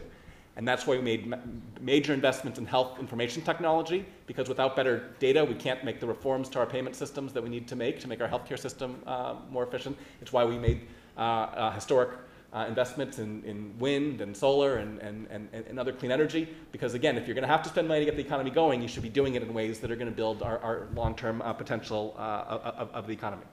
The last thing I should say is, if you're thinking about the state's fiscal future, there's one really dangerous Romney policy out there. Romney says he wants to turn Medicaid into a block grant, and this is based on the Paul Ryan policy, and then have the growth rate of that not keep up with healthcare costs, and just let states figure out how to meet the burden. And this is basically Romney's healthcare policy more generally. On Medicare, he wants to turn it into a voucher, not have it keep up with healthcare costs, and pass costs on to seniors. On Medicaid, he wants to turn it over to the states. That's not health reform. Health reform is actually making the payment system work better so that we're more efficient. It's not simply passing costs on to other people. So let's go back over to the right, toward the front, please. This has to do about financial aid. By some, financial aid has been considered like a last bastion of the government program. A lot of students here at Global Madison heavily depend on financial aid. And right now, financial aid is not covering the needs. It's trying to cover that need, but the need is not covered as it used to be years ago. A lot of students now have to work more hours. They have to leave the classroom. They have to, work for the food industry, for the retail industry, and so on and so forth. And it's having a direct impact on their academic achievement. They're spending more time outside than inside. What's in the political platform that you can tell us will improve the current condition? Because it looks like we are losing financial aid, and it looks like once we lose it, it's making So the question is, what are the candidates proposing on financial aid, given how important that is to students, and that students are under a lot of pressure to make their ends meet? As I mentioned before, the president has already implemented historic increases in financial aid. He increased the value of Pell Grants and made more of them available. And the way he did that is we had an old program that paid banks to administer the Pell Grant program. The federal government took all the risk and paid banks a huge fee, even though they weren't taking any risk. And what the president said was, why don't we, since the federal government's taking the risk anyway, let's administer this without paying the banks a fee, and let's take the money we're saving from not paying the banks this fee and expand the size and the amount of Pell Grants, and that's what he did. The second thing I said he did is he created the American Opportunity Tax Credit, $10,000 per family. He also introduced an income-based repayment system for financial aid that you can avail yourself on, so that you steadily have your financial aid payments increase as your income increases during your career. the president said that there's another part to this, though, that is part of his second-term agenda, which is we got to keep college costs from rising as fast as they're rising. And so he has a proposal that would be part of his second-term agenda to do a race to the top type of program to states that are able to find ways, innovative ways to keep college costs from rising in the first place. And so, he very much wants to continue the policies he's already done, but also work on the cost side as well. And Romney, because he's so committed to these tax cuts for the wealthy and to building up defense spending at a time when we need to be cutting the deficit, he's saying he's going to restrict the category of spending that pays for things like financial aid to cut it by at least 20, maybe 30%. And that's a real threat to being able to continue the policies of the Obama administration. And Romney has explicitly said that the tax cut he wants to let expire is the one that gives families a tax cut when they send their kids to college. So the middle class tax cuts Romney is happy to let expire while he fights to the death to make sure that millionaires keep getting their tax cuts. So there are no tax cuts. It's a revenue neutral tax reform. Jeff's on his talking points, but that's not true. And it's wonderful for the president to promise to write checks for everything. It is. But how's he going to cut the deficit? And where is the strategy that allows us to have Pell Grants actually get kids to complete school? We're spending record amounts on Pell Grants now with no better college completion. We can get people in, but we're not getting any completion out of this. On the student loan program, it's a real problem to have these things targeted so poorly. We've turned these into middle-class entitlements when they're intended to be something that got low-income and at-risk students an opportunity for a higher education. I agree with Jeff. The fundamental problem is the cost of college. This is all about financing. This is the same as healthcare. It's the same problem. We have a big sector of the economy that produces a product of highly uncertain quality and has a large open-ended federal subsidy to pay for it, and we need to make these both better. Jeff's assertions about health care reform notwithstanding, no nonpartisan independent entity has found any evidence that the president's health care reform is going to change the cost of care. We're going to write checks, but there's 1,000 projects and demos, but I promise you, the road to healthcare hell is paved with projects and demos. We need a stronger reform. The same is going to be true in education. We're going to have to get something that's really effective in controlling college costs. And these promises for more aid won't keep up unless we do that, and they're not going to survive the budget because he's promising to spend everywhere. And this whole notion that somehow you can do that and keep the middle class with tax cuts, I've done the arithmetic. You have to raise taxes to 120% of rich people's incomes to finance the president's spending plans as he put it in his budget. It can't survive. So either the spending's not going to be there for the higher education support, or you're going to be paying more taxes. And someone said to me once, if you have a budget constraint that does that, you're really not any better off. So I think that's where we are. So way in the back row in the middle. Yes, you. Okay, so I have a question for the Republican platform they're running on. That'll be me. So, unless you want to try it. Yeah, so the platform is like we need to reduce government spending, right? Isn't that in conflict with increasing military budget? Because increasing military budget. Okay. Because in the system, if once you increase the military budget, it's super hard to reduce it based on the way the system is set up, right? So the question is, don't we need to reduce spending, but aren't they proposing to increase the military budget? And once you do that, isn't it really hard to get it back down? Fair summary. So point number one, again, you want to preserve core functions of government. And they are national security, basic research, infrastructure, education. That's the discretionary spending part. And the only way we will do that is if we do these big entitlement reforms. That's where the spending has to go down in the future. That's where the money is. I mean, that is the federal budget. The military and the non-defense discretionary spending is becoming increasingly a sideshow. The other thing to remember about the Pentagon budget, it is the federal budget writ small. It's got a big pension problem because it's got the same defined benefit pension system that is Social Security.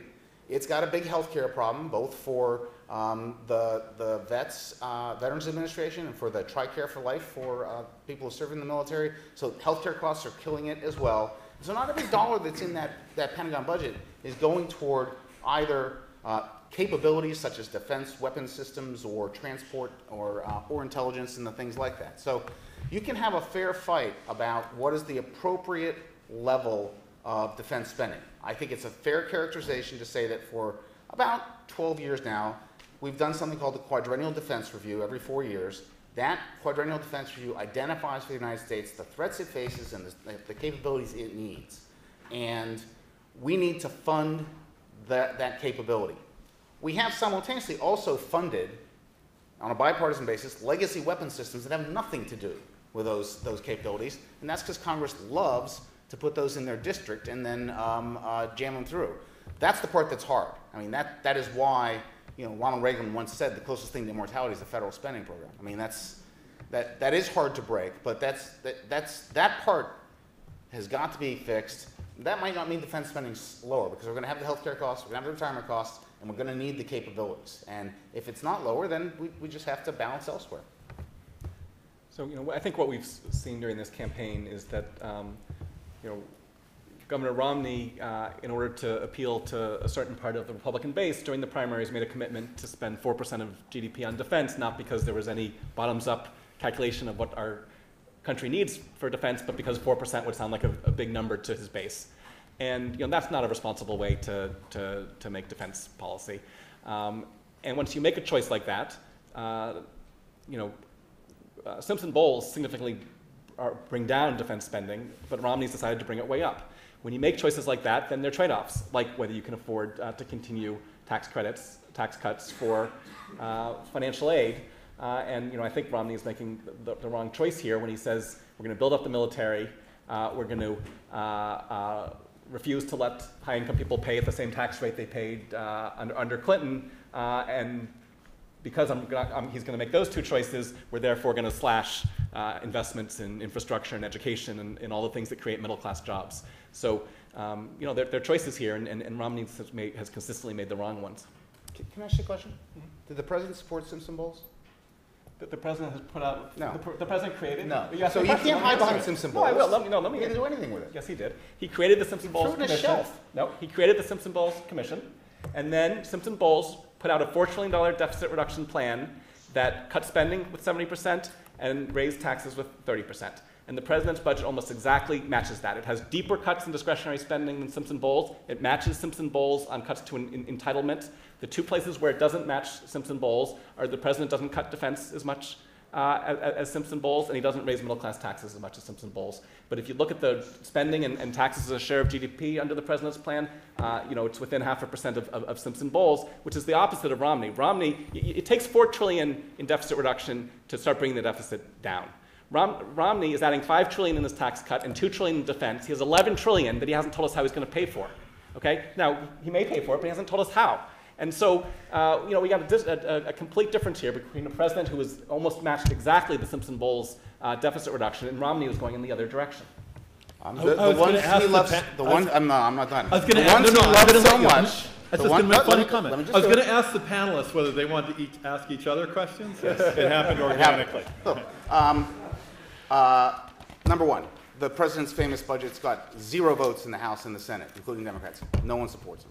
Number two, the president's own Secretary of Defense, Leon Panetta, has said that the cuts that Jeff is lauding as part of the $4 trillion, the $1.5 trillion over the next 10 years, will hollow out America's military capabilities and are dangerous. He doesn't even want the $50 billion that are scheduled for January to happen. So the notion that somehow these budgets are bottoms-up appropriate when the Secretary of Defense is afraid of what it does to our defense capabilities, or somehow really like Simpson-Bowles, which actually got bipartisan support, a majority, is just mistaken. So right in the front here, then we'll go to you. So my first question was going to be on international tax code, but I think we covered that thoroughly. So oh, God bless you. Yeah. And there, the U.S. is an outlier in how we conduct ourselves. Another place where the U.S. is an outlier is our recognition of global climate change. And we have a huge swath of representatives who don't even claim it doesn't even exist. won't even acknowledge his presence. And one thing that's not democratic is science. And so it was not mentioned at all during any of the presidential debates. And I wonder if you guys could just comment a little bit about what you think the costs of not addressing climate change now might be in the future and how that might affect our budget. Who's first? Whose turn is it? I'm lost. Jeff, why don't My you turn? first? Okay. And I paraphrase. got lost in squabbling. So the question is basically why hasn't there been more discussion of climate change in this campaign, and what are the consequences of that? The president, when he was running 4 years ago, said that we needed to have a price-based mechanism, a cap-and-trade system to tackle climate change. He tried to work on a bipartisan basis to do this. There were a couple of Republican senators who were working with Democrats on this for a while, but then Mitch McConnell yelled at them and said, stop cooperating with Democrats, and that ended. But I think more fundamentally, we're not going to solve this climate change problem without an international deal. One that involves China and India, involves obviously the European Union as well. And we're in a particular point in economic history in the world where economic policymakers are a little preoccupied with short-term crises, and it's just not the right time to be able to, I think, cut this international deal. It's also hard, I think, to, even if you phase things in slowly, to do these kind of policies when the economy is not fully recovered from the recession. And so I think we have to be a little bit patient in terms of the big deal. But in the short term, ultimately all the solutions to this problem are going to be technological solutions. And having the right price incentives will cause those technological solutions to come faster and more appropriately. But the fact that the president has made historic investments in clean energy is in fact the best thing we can be doing in the short term, so that when it comes time to find ways to reduce emissions, we have the technology in place. And the president strongly supports continuing the tax credits for wind energy, which Romney opposes. The president thinks more broadly we should have an all-of-the-above energy strategy that not only invests in renewable sources like wind and solar, but also in clean coal and clean natural gas. And the president has started the process for the first new nuclear power plants in I don't even know how long, 10 to 15 years, 20 years, something like that. And so, I think the short-term thing we can do is make sure we keep making the investments in the technological solutions. So I'm going to agree with a lot of what Jeff said. I mean, if you roll the clock back to 2008, both candidates had essentially the same proposals. There were some differences. We found ways to fight about it, but God, I thought there was a way for us to agree. I didn't. Yeah, know. it's just it happens. And now it's a completely different world, and it is a different world both economically, and I concur with both the prospects of doing this with the economy week. I concur with the difficulties in getting international agreements in this environment. I'd also point out there was one significant effort, Waxman-Markey in the House of Representatives, and that bill, even for supporters of this effort, was really a bad bill in many, many ways. And it had the unfortunate effect of turning cap and trade into a politically toxic term, and the policy mechanism itself is now toxic. And that's a great loss from the policy arsenal. Going forward, these tax credits, a production tax credit or an investment tax credit isn't a research design. That's just putting these into the field. And our tax credits are sort of pretty Mickey Mouse and silly. I mean, they're temporary. They provide highly different subsidies depending on your wind, solar, biofuels. We need, if we're going to do this, to genuinely do deep research. That's the technologies we need, the next generation technologies, not what we have now. And we need to clean out the sort of, all these sort of misguided attempts to make this cheaper than conventional fuels. And, as Jeff said, have a single price mechanism that makes the other ones more expensive. Get the same relative prices, but make it even. And we're not doing that. Can I ask this is not a partisan question. I want to ask a serious economic question for once. I think I'm truly ambivalent about this but the advantage of the tax credits is it doesn't involve the government trying to figure out who to give a grant to for the R&D. It says, if you invent this thing, we'll subsidize the production, and so there'll be a price incentive for doing that. The other mechanisms where you actually have to say, we'll have a grant competition or something like that, I think it's harder to, you gotta sort of be wiser. I'm curious that you don't think that sort of the tax credit provides the right price incentive in the. It depends in the which short tax term. credit. I mean, they're production tax credits. Those don't do anything. I mean, those are just production subsidies. And that's a big chunk of the money. And then there's some investment tax credits. But those investment tax credits aren't geared to, particularly to new technologies. They're geared to investment. And so these approaches aren't doing the necessary thing from a climate perspective, which is leapfrog technologies, get to the next generations that are actually capable of really addressing climate on a large scale. So I just think they are too small bore to be effective, and they're highly discriminatory across these energy sources.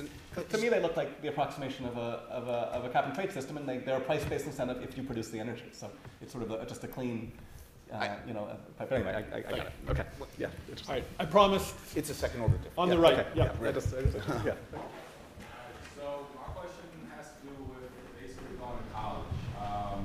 I believe there's some statistic that we don't really even measure college graduation rates anymore in 4 years, but in 6 years. And my question is, even though America has a basic idea that everybody should be able to go to college, should college be made, is college for everyone? Because I believe that Obama has been very big on, well, let's have people go to college, everybody should be able to go to college. But not very few, like some ridiculous amount of people aren't getting out of college in 6 years. Now that might have to do with money, but also might have to do with some people just aren't prepared for college. And I understand that we all want to be, and the American dream is to go to college.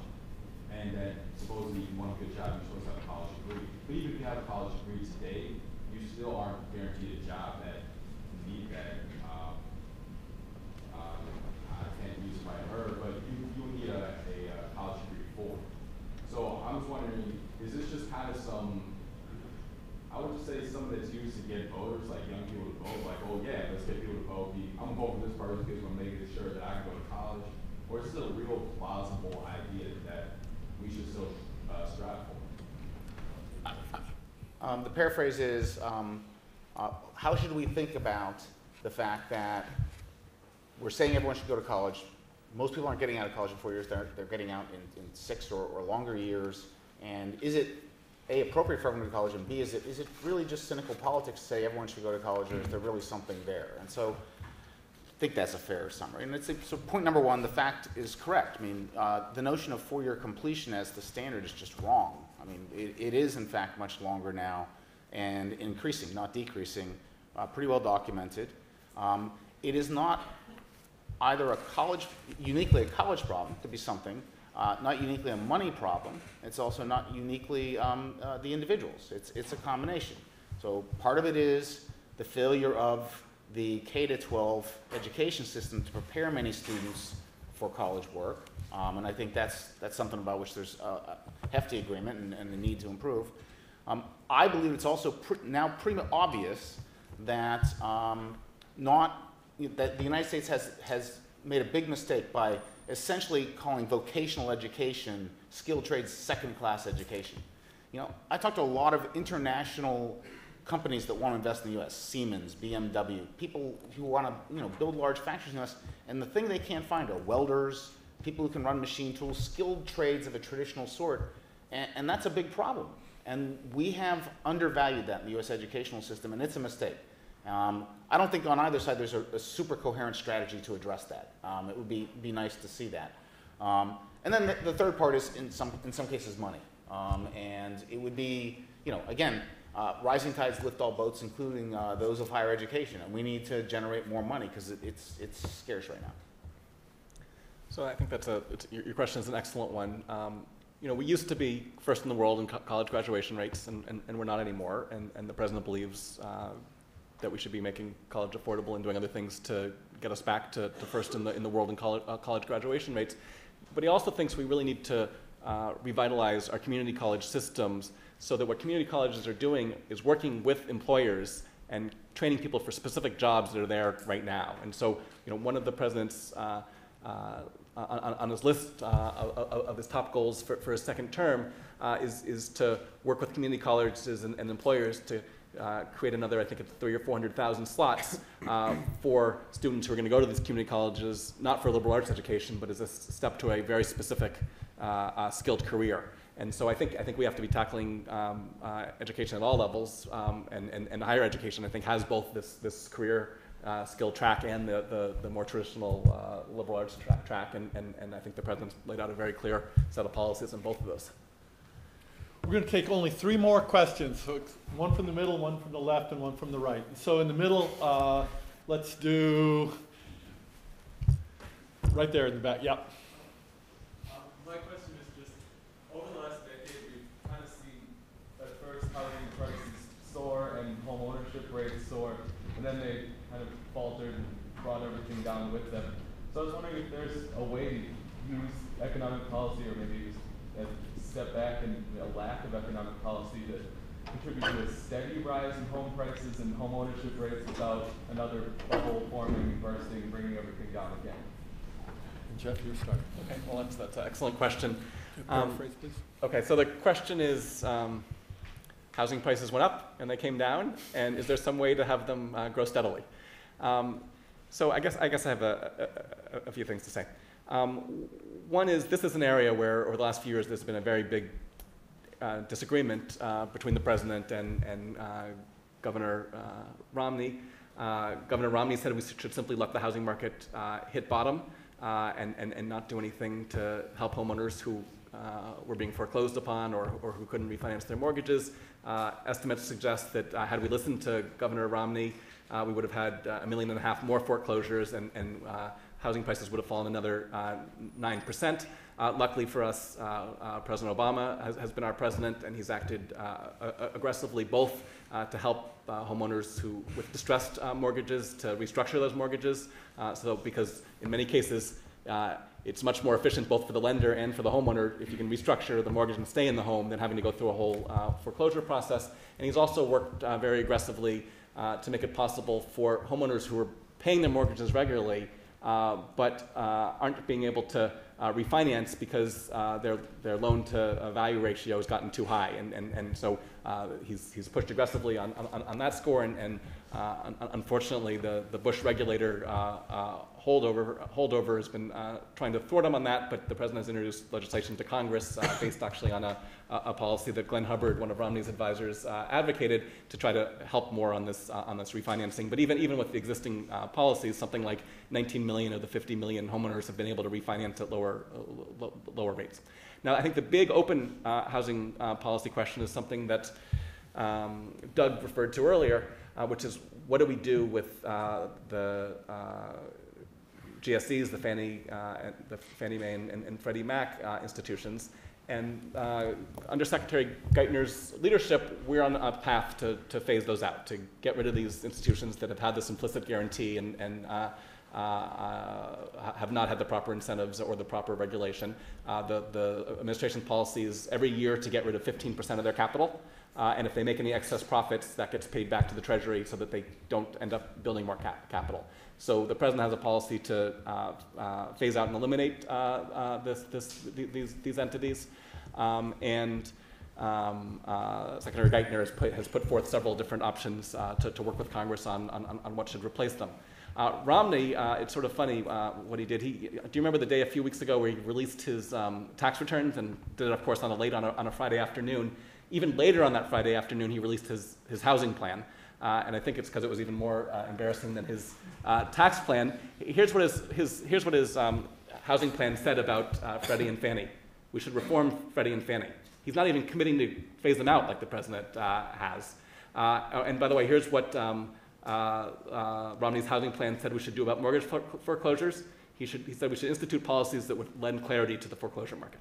That was his whole housing policy. And so, the President has been taking aggressive leadership on this for 4 years, and Romney's been nowhere on housing policy. So the question had several different pieces. So one piece is, what about those policies that were trying to increase home ownership and led to the bubble? On that, I just want to plead exhaustion. As Carl mentioned, I was a member of something called the Financial Crisis Inquiry Commission, which went through this at great length. And there is, in my view, no simple, single kind of policy error that was made. It was a perfect storm of many different things that was in fact not unique to the U.S. I mean, we had housing bubbles in other countries with very different regulatory regimes, with very different banking systems, and this is one that we're going to study for a long time. So I dodged that one. Number two, there's the housing recovery issue, and how does one intervene? This is a hard one. When I was on the McCain campaign as the director, I invented 3 or 4 like really brilliant housing rescue policies. And what they had in common was the fact that everybody hated them. They were great on a blackboard, but I came to the conclusion that there was no large-scale, economically significant housing recovery program that was politically feasible. Because you will remember that it was intervention in the housing market that launched Rick Santelli to scream on CNBC and invented the Tea Party. So the politics of this, I'm going to express sympathy for what the administration did through. Politics of this are miserable. And so I think in the end, what we have instead of is large-scale, meaningful policies, we have some politically convenient, small-bore, relatively ineffective policies. And the politics drive that. The administration's had 14 different mortgage modification programs.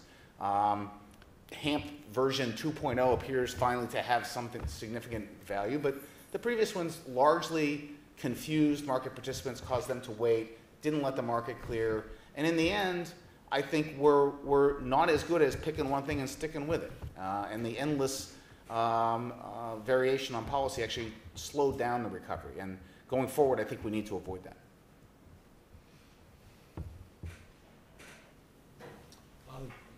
Yes.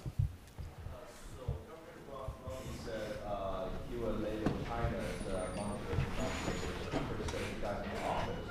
So, of course, President Obama has a different opinion. Obama said, no, I won't. So, China really a monetary monopoly, and what does that mean to the US? So the question is, Governor Romney has said he would name China as a currency manipulator, and that what that would allow the U.S. to do would be to impose duties on Chinese products into the United States equal to the estimate of however much the currency has been artificially reduced by the Chinese policies. That's what he has said, and this has been a hot issue for a long time in Washington. China has never yet been named as a currency manipulator. The capacity to do that naming exists right now. The administration has gone through several iterations of this under a lot of pressure from Congress, both sides of the aisle, to actually make this move. It would be a very significant change for Mr. Romney to do this as president. And I don't think there's the weight of evidence on one side or the other that says that they are guilty of currency manipulation as it is defined. I certainly wouldn't make that claim. And I will just say, from a conservative's point of view, this is among the most surprising things Mr. Romney has said. And frankly, I mean, there is a serious issue about China's participation in international economic relations that I believe merits a strategy. I don't think a bilateral strategy will be as successful as a multilateral strategy, and I don't think this strategy is the best bilateral strategy. So, softball. Yeah, well, yeah, I'm just trying to decide, do I hit it to right field or left field or center field, or maybe I'm going to, just whiff and pop up. But the president believes that China's currency is misvalued, but that the right way to get China to adjust is through conversation. The president has been very vocal about this both publicly and privately. In fact, in the 2 years I spent in Washington, the only time I got to take a trip anywhere out of Washington was I got to go to Beijing. I was on the ground for only 16 hours, but it was to meet with the finance minister over this issue. We've made some progress. China has let its currency appreciate by 10% since it removed the currency from the peg, but it's certainly the administration's policy that China needs to do more. But let me say some more broader words about trade policy. The president's view of trade policy is that he should be fighting hard, and he has been fighting hard, to open markets for American products, He signed 3 trade deals, the Korean one, which is the second biggest one in the last two decades. He refused to sign until Korea gave more favorable terms to letting our autos be sold in Korea. But at the same time, and the president's working hard to negotiate a new trans-Pacific trade deal.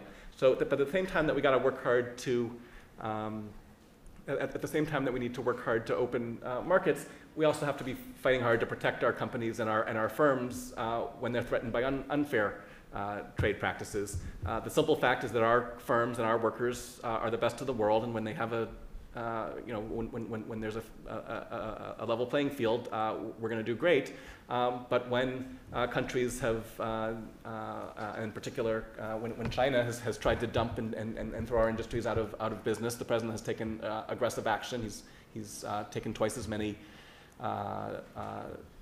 He's brought twice as many claims against China as President Bush did per year to the WTO. And the simple fact is, until a couple months ago, Romney was on the wrong side of this issue. That when President Obama took a case to the WTO because China was dumping and trying to put our tire industry out of business, the WTO said that the U.S. was right to be able to take steps against the Chinese tire industry. The Chinese government screamed, and Romney took the Chinese side of that dispute. And the same thing happened with the steel industry under the Bush administration. So, Romney has not been someone who has consistently been willing to fight for American firms or American jobs on trade policy. My planning was really bad. I think we've reached the end, our 5 o'clock witching hour, and our guests need to catch flights fairly soon. So I'd like to take the time to thank Jeff and Doug for a very lively couple hours, and thank you all for attending.